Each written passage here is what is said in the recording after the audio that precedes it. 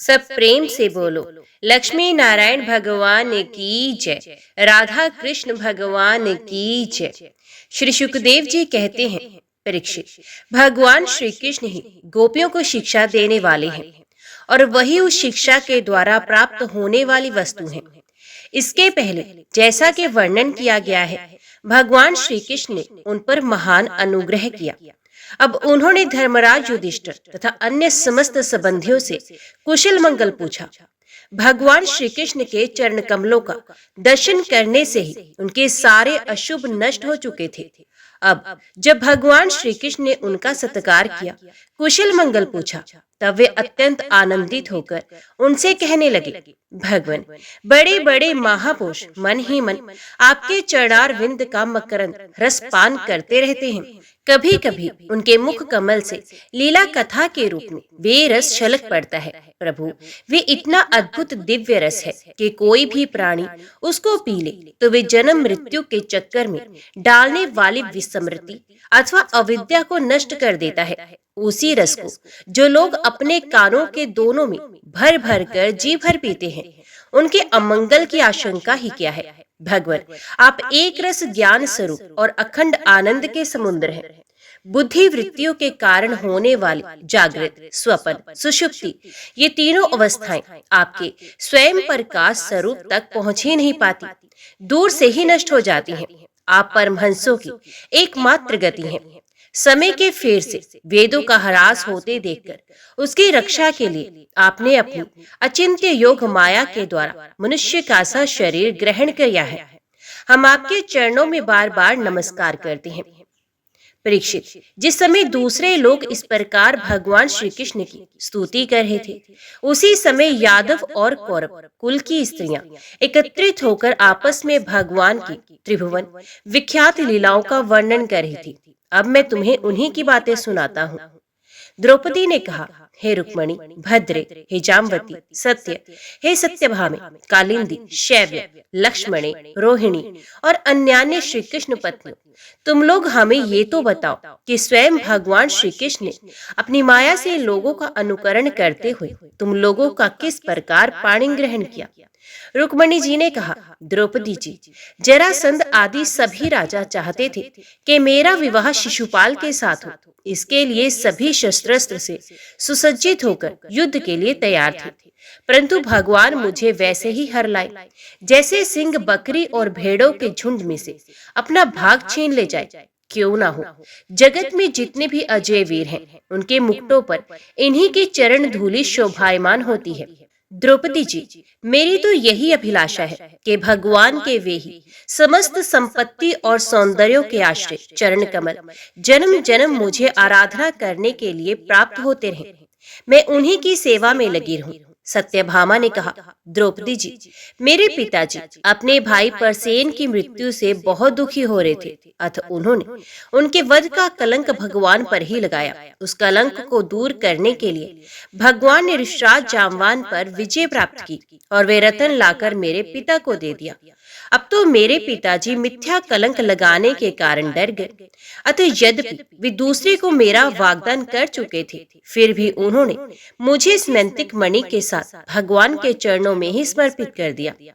जामवती ने कहा, द्रौपदी जी, मेरे पिता ऋषराज जामवान को इस बात का पता नहीं था कि यही मेरे स्वामी भगवान सीतापति हैं, इसलिए वे इनसे 27 दिन तक लड़ते रहे। परंतु जब परीक्षा पूरी हुई, उन्होंने जान लिया कि ये भगवान राम ही हैं, तब इनके चरण कमल पकड़कर स्मैंतिक मणि के साथ उपहार के रूप में मुझे भी समर्पित कर दिया।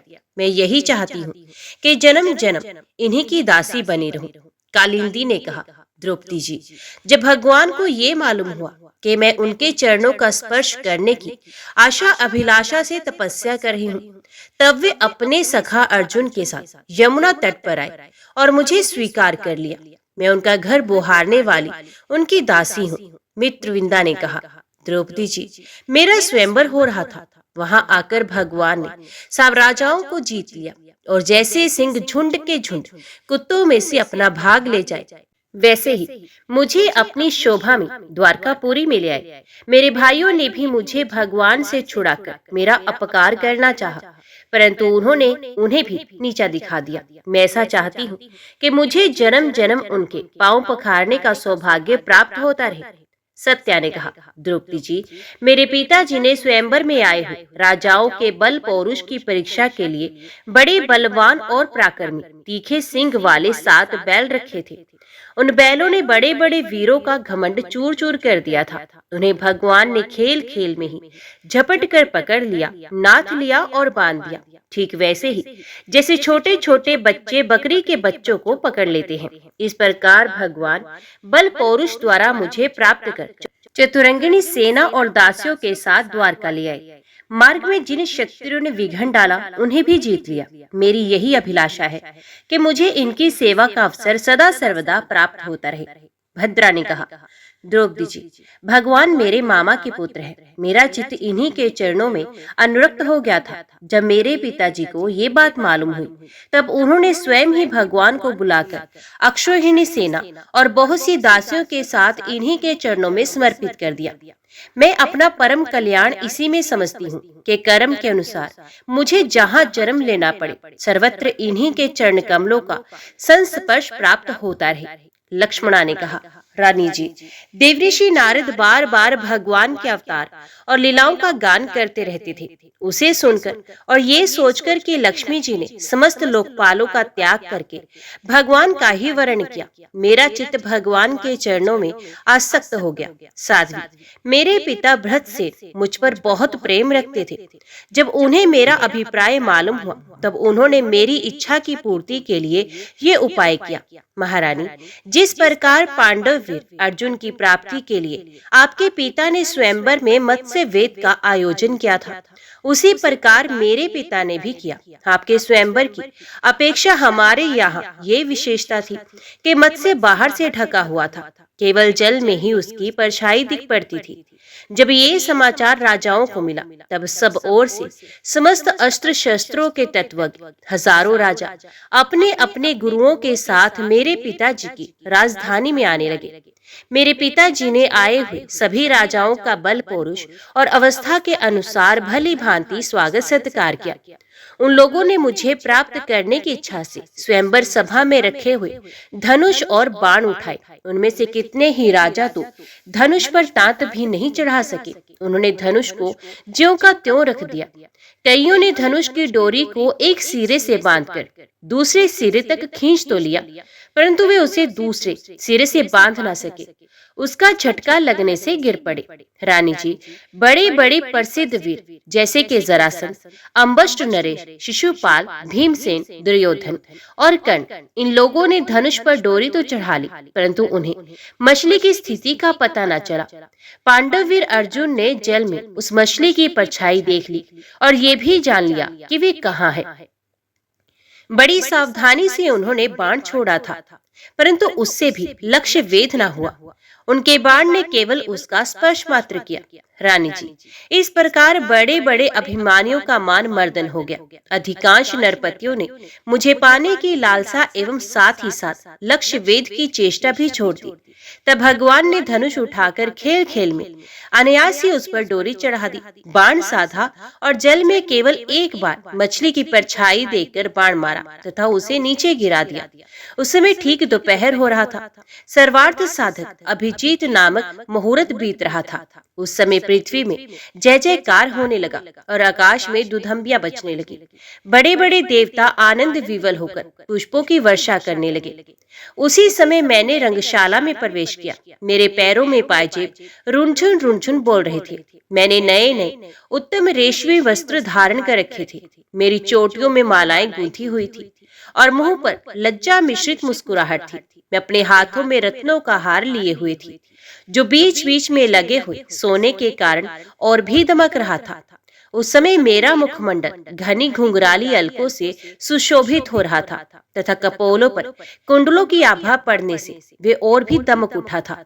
मैंने एक बार अपना मुख उठाकर चंद्रमा की किरणों के समान सुशीतल हास्य रेखा और तिरछी चितवन से चारों ओर बैठे हुए राजाओं की ओर देखा। फिर धीरे से अपनी वरमाला भगवान के गले में डाल दी। ये तो कह ही चुकी हूँ कि मेरा हृदय पहले से ही भगवान के प्रति अनुरक्त था। मैंने ज्यों ही वरमाला पहनाई त्यों ही मृदंग, पखावज, शंख, ढोल, नगारे आदि बाजे बजने लगे। नट और नर्तकियां नाचने लगी, गवैये गाने लगे। जब मैंने इस प्रकार अपने स्वामी प्रियतम भगवान को वरमाला पहना दी, उन्हें वरण कर लिया, तब कामातुर राजाओं को बड़ा डाह हुआ। वे बहुत ही चिढ़ गए। चतुर्भुज भगवान ने अपने श्रेष्ठ 4 घोड़ों वाले रथ पर मुझे चढ़ा लिया और हाथ में शारंग धनुष लेकर तथा कवच पहनकर युद्ध करने के लिए वे रथ पर खड़े हो गए। पर रानी जी, दारुक ने सोने के साज सामान से लदे हुए रथ को सब राजाओं के सामने ही द्वारका के लिए हाँक दिया। जैसे कोई सिंह हरणियों के बीच में अपना भाग ले जाता है, उनमें से कुछ राजाओं ने धनुष लेकर युद्ध के लिए सज धज कर इस उद्देश्य से रास्ते में पीछा भी किया कि हम भगवान को रोक लें। परंतु रानी जी, उनकी चेष्टा ठीक वैसी ही थी जैसे कुत्ते सिंह को रोकना चाहे। शारंग धनुष के छूटे हुए तीरों से किसी की बाह कट गई तो किसी के पैर कट गए और किसी की गर्दन ही उतर गई। बहुत से लोग तो उस रणभूमि में ही सदा के लिए सो गए और बहुत से युद्ध भूमि छोड़कर भाग खड़े हुए। तदंतर यदुवंश शिरोमणि भगवान ने सूर्य की भांति अपने निवास स्थान स्वर्ग और पृथ्वी में सर्वत्र प्रशंसित द्वारका नगरी में प्रवेश किया। उस दिन वे विशेष रूप से सजाई गई थी। इतनी झंडियां, पताकाएं और तोरण लगाए गए थे कि उनके कारण सूर्य का प्रकाश धरती तक नहीं आ पाता था। मेरी अभिलाषा पूर्ण हो जाने से पिताजी को बहुत प्रसन्नता हुई। उन्होंने अपने हितैषी सुहृदों, सगे संबंधियों और भाई बंधुओं को बहुमूल्य वस्त्र, आभूषण, शैया, आसन और विविध प्रकार की सामग्रियां देकर सम्मानित किया। भगवान परिपूर्ण है, तथापि मेरे पिताजी ने प्रेमवश उन्हें बहुत सी दासियां, सब प्रकार की संपत्तियां, सैनिक, हाथी, रथ, घोड़े एवं बहुत से बहुमूल्य अस्त्र शस्त्र समर्पित किए। हमने पूर्व जन्म में सबकी आसक्ति छोड़कर कोई बहुत बड़ी तपस्या की होगी, तभी तो हम इस जन्म में आत्माराम भगवान की गृहदासियां हुई हैं। 16,000 पत्नियों की ओर से रोहिणी जी ने कहा, भौमासुर ने दिग्विजय के समय बहुत से राजाओं को जीतकर उनकी कन्या हम लोगों को अपने महल में बंदी बना रखा था। भगवान ने ये जानकर युद्ध में भौमासुर और उसकी सेना का संहार कर दिया और स्वयं पूर्ण काम होने पर भी उन्होंने हम लोगों को वहां से छुड़ाया तथा पानी ग्रहण करके अपनी दासी बना लिया। रानी जी, हम सदा सर्वदा उनके उन्हीं चरण कमलों का चिंतन करती रहती हैं जो जन्म मृत्यु रूप संसार से मुक्त करने वाले हैं। साध्वी द्रौपदी जी, हम साम्राज्य, इंद्रपद अथवा इन दोनों के भोग, अणिमा आदि ऐश्वर्य, ब्रह्मा का पद, मोक्ष अथवा सालोक्य, सारूप्य आदि मुक्तियां कुछ भी नहीं चाहती। हम केवल इतना ही चाहती हैं कि अपने प्रियतम प्रभु के सुकोमल चरण कमलों की वे श्रीरज सर्वदा अपने सर पर वहन किया करें, जो लक्ष्मी जी के वक्ष स्थल पर लगी हुई है, केसर की सुगंध से युक्त है। उदार शिरोमणि भगवान के जिन चरण कमलों का स्पर्श उनके गो चराते समय गोप गोपियां भीलने, तिनके और घास लताएं तक करना चाहती थी, उन्हीं की हमें भी चाह है। परीक्षित, सर्वात्मा भक्त भयहारी भगवान श्री कृष्ण के प्रति उनकी पत्नियों का कितना प्रेम है, ये बात कुंती, गांधारी, द्रौपदी, सुभद्रा, दूसरी राजपत्नियों और भगवान की प्रियतमा गोपियों ने भी सुनी। सबके सब उनका ये अलौकिक प्रेम देखकर अत्यंत मुग्ध, अत्यंत विस्मित हो गई। सबके नेत्रों में प्रेम की आंसू छलक आए। इस प्रकार जिस समय स्त्रियों से स्त्रियां और पुरुषों से पुरुष बातचीत कर रहे थे, उसी समय बहुत से ऋषि मुनि भगवान श्री कृष्ण और बलराम जी का दर्शन करने के लिए वहां आए। उनमें प्रधान ये थे श्री कृष्ण द्वैपायन व्यास, देवऋषि नारद, च्यवन, देवल, असित, विश्वामित्र, शतानंद, भरद्वाज, गौतम अपने शिष्यों के साथ भगवान परशुराम, वशिष्ठ, गालव, भृगु, पुलस्त्य, कश्यप, अत्रि, मार्कंडेय, बृहस्पति, द्वित, त्रित, एकत, सनक, सनंदन, सनातन, सनंत कुमार, अंगीरा, अगस्त्य, याज्ञवल्क्य और वामदेव इत्यादि ऋषियों को देखकर पहले से बैठे हुए नरपतिगण, युधिष्ठिर आदि पांडव, भगवान श्री कृष्ण और बलराम जी सहसा उठकर खड़े हो गए और सबने उन विश्व वंदित ऋषियों को प्रणाम किया। इसके बाद स्वागत, आसन, पादम, अर्घ्य, पुष्पमाला, धूप और चंदन आदि से सब राजाओं ने तथा बलराम जी के साथ स्वयं भगवान श्री कृष्ण ने उन सब ऋषियों की विधि पूर्वक पूजा की। जब सब ऋषि मुनि आराम से बैठ गए, तब धर्म रक्षा के लिए अवतीर्ण भगवान श्री कृष्ण ने उनसे कहा। उस समय वे बहुत बड़ी सभा चुपचाप भगवान का भाषण सुन रही थी।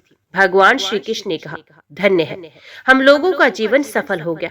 आज जन्म लेने का हमें पूरा पूरा फल मिल गया, क्योंकि जिन योगेश्वरों का दर्शन बड़े बड़े देवताओं के लिए भी अत्यंत दुर्लभ है, उन्हीं का दर्शन हमें प्राप्त हुआ, जिन्होंने बहुत थोड़ी तपस्या की। और जो लोग अपने इष्ट देव को समस्त प्राणियों के हृदय में ना देखकर केवल मूर्ति विशेष में ही उनका दर्शन करते हैं, उन्हें आप लोगों के दर्शन, स्पर्श, कुशल प्रश्न, प्रणाम और पाद पूजन आदि का सुअवसर भला कब मिल सकता है। केवल जल में तीर्थ ही तीर्थ नहीं कहलाते, केवल मिट्टी या पत्थर की प्रतिमाएं ही देवता नहीं होती। संत पुरुष ही वास्तव में तीर्थ और देवता है, क्योंकि उनका बहुत समय तक सेवन किया जाए तब वे पवित्र हैं। परंतु संत पुरुष तो दर्शन मात्र से ही कृतार्थ कर देते हैं।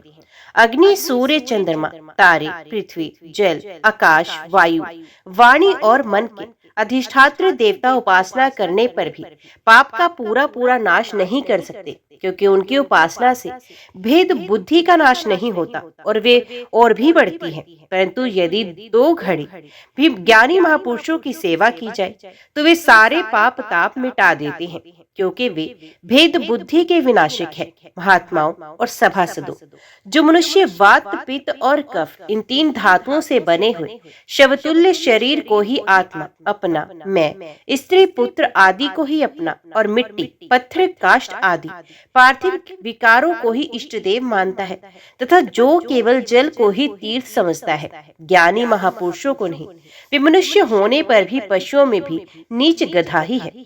परीक्षित, भगवान श्री कृष्ण अखंड ज्ञान संपन्न है। उनका ये गूढ़ भाषण सुनकर सबके सब ऋषि मुनि चुप रह गए। उनकी बुद्धि चक्कर में पड़ गई। वे समझ न सके कि भगवान ये क्या कह रहे हैं। उन्होंने बहुत देर तक विचार करने के बाद ये निश्चय किया कि भगवान सर्वेश्वर होने पर भी जो इस प्रकार सामान्य कर्म परतंत्र जीव की भांति व्यवहार कर रहे हैं, ये केवल लोक संग्रह के लिए है। ऐसा समझकर वे मुस्कुराते हुए जगत गुरु भगवान श्री कृष्ण से कहने लगे। मुनियों ने कहा, भगवान, आपकी माया से प्रजापतियों के अधीश्वर मरीचि आदि तथा बड़े बड़े तत्वज्ञानी हम लोग मोहित हो रहे हैं। अब स्वयं ईश्वर होते हुए भी मनुष्य किसी चेष्टाओं से अपने को छिपाए रखकर जीव की भांति आचरण करते हैं। भगवान, सचमुच आपकी लीला अत्यंत विचित्र है, परम आश्चर्यमयी है। जैसे पृथ्वी अपने विकारों, वृक्ष, पत्थर, घट आदि के द्वारा बहुत से नाम और रूपों को ग्रहण करती है, वास्तव में वे एक ही है, वैसे ही आप एक और चेष्टाहीन होने पर भी अनेक रूप धारण करते हैं और अपने आप से इस जगत की रचना, रक्षा और संहार करते हैं। पर ये सब करते हुए भी इन कर्मों से लिप्त नहीं होते, जो सजातीय, विजातीय और स्वगत भेद शून्य एक रस अनंत है। उसका ये चरित्र लीला मात्र नहीं तो और क्या है। धन्य है आपकी ये लीला। भगवान, यद्यपि आप प्रकृति से परे स्वयं परब्रह्म परमात्मा है, तथापि समय समय पर भक्त जनों की रक्षा और दुष्टों का दमन करने के लिए विशुद्ध सत्यमय श्री विग्रह प्रकट करते हैं और अपनी लीला के द्वारा सनातन वैदिक मार्गों की रक्षा करते हैं, क्योंकि सभी वर्णों और आश्रमों के रूप में आप स्वयं ही प्रकट हैं। भगवान, वेद आपका विशुद्ध हृदय है। तपस्या, स्वाध्याय, धारणा, ध्यान और समाधि के द्वारा उसी में आपके साकार निराकार रूप और दोनों के अधिष्ठान स्वरूप परब्रह्म परमात्मा का साक्षात्कार होता है। परमात्मन ब्राह्मण ही वेदों के आधारभूत आपके स्वरूप की उपलब्धि के स्थान है। इसी से आप ब्राह्मणों का सम्मान करते हैं और इसी से आप ब्राह्मण भक्तों में अग्रगण्य भी हैं। आप सर्वविध कल्याण साधनों की चरम सीमा है और संत पुरुषों की एकमात्र गति है। आपसे मिलकर आज हमारे जन्म, विद्या, तप और ज्ञान सफल हो गए। वास्तव में सबके परम फल आप ही हैं। प्रभु, आपका ज्ञान अनंत है, आप स्वयं सच्चिदानंद स्वरूप और ब्रह्म परमात्मा भगवान हैं। आपने अपनी अचिंत्य शक्ति योग माया के द्वारा अपनी महिमा छिपा रखी है। हम आपको नमस्कार करते हैं। ये सभा में बैठे हुए राजा लोग और दूसरों की तो बात ही क्या, स्वयं आपके साथ आहार विहार करने वाले यदुवंशी लोग भी आपको वास्तव में नहीं जानते, क्योंकि आपने अपने स्वरूप को, जो सबकी आत्मा, जगत का आदि कारण और नियंता है, माया के पर्दे से ढक रखा है। जब मनुष्य स्वप्न देखने लगता है, उसमें स्वप्न के मिथ्या पदार्थों को ही सत्य समझ लेता है और नामात्र की इंद्रियों से प्रतीत होने वाले अपने स्वप्न शरीर को ही वास्तविक शरीर मान बैठता है। उसे उतनी देर के लिए इस बात का बिल्कुल ही पता नहीं रहता कि स्वप्न शरीर के अतिरिक्त एक जागृत अवस्था का शरीर भी है। ठीक इसी प्रकार जागृत अवस्था में भी इंद्रियों की प्रवृत्ति रूप माया से चित्त मोहित होकर नाम मात्र के विषयों में भटकने लगता है। उस समय भी चित्त के चक्कर से विवेक शक्ति ढक जाती है और जीव ये नहीं जान पाता कि आप इस जागृत संसार से परे हैं। प्रभु, बड़े बड़े ऋषि मुनि अत्यंत परिपक्व योग साधना के द्वारा आपके उन चरण कमलों को हृदय में धारण करते हैं, जो समस्त पाप राशि को नष्ट करने वाले गंगा जल के भी आश्रय स्थान है। ये बड़े सौभाग्य की बात है कि आज हमें उन्हीं का दर्शन हुआ है। प्रभु, हम आपके भक्त हैं, आप हम पर अनुग्रह कीजिए, क्योंकि आपके परम पद की प्राप्ति उन्हीं लोगों को होती है जिनका लिंग शरीर रूप जीव कोश आपकी उत्कृष्ट भक्ति के द्वारा नष्ट हो जाता है। राजर्षि भगवान की इस प्रकार स्तुति करके उनसे राजा धृतराष्ट्र से तथा धर्मराज युधिष्ठिर जी से अनुमति लेकर उन लोगों ने अपने अपने आश्रम पर जाने का विचार किया। परम यशस्वी वसुदेव जी उनका जाने का विचार देखकर उनके पास आए और उन्हें प्रणाम किया और उनके चरण पकड़कर बड़ी नम्रता से निवेदन करने लगे। वसुदेव जी ने कहा, ऋषियों, आप लोग सर्वदेव स्वरूप हैं। मैं आप लोगों को नमस्कार करता हूँ।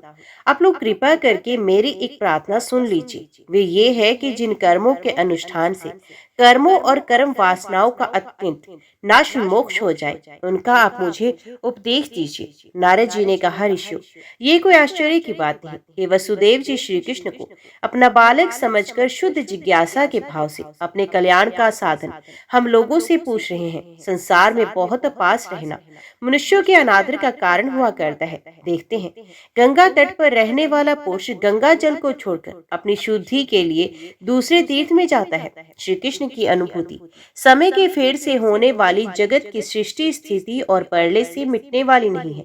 वे स्वतः किसी दूसरे निमित्त से, गुणों से और किसी से भी क्षीण नहीं होती। उनका ज्ञान में स्वरूप अविद्या, राग द्वेष आदि कलेश, पुण्य पाप में कर्म, सुख दुख आदि कर्म फल तथा सत्व आदि गुणों के प्रवाह से खंडित नहीं है।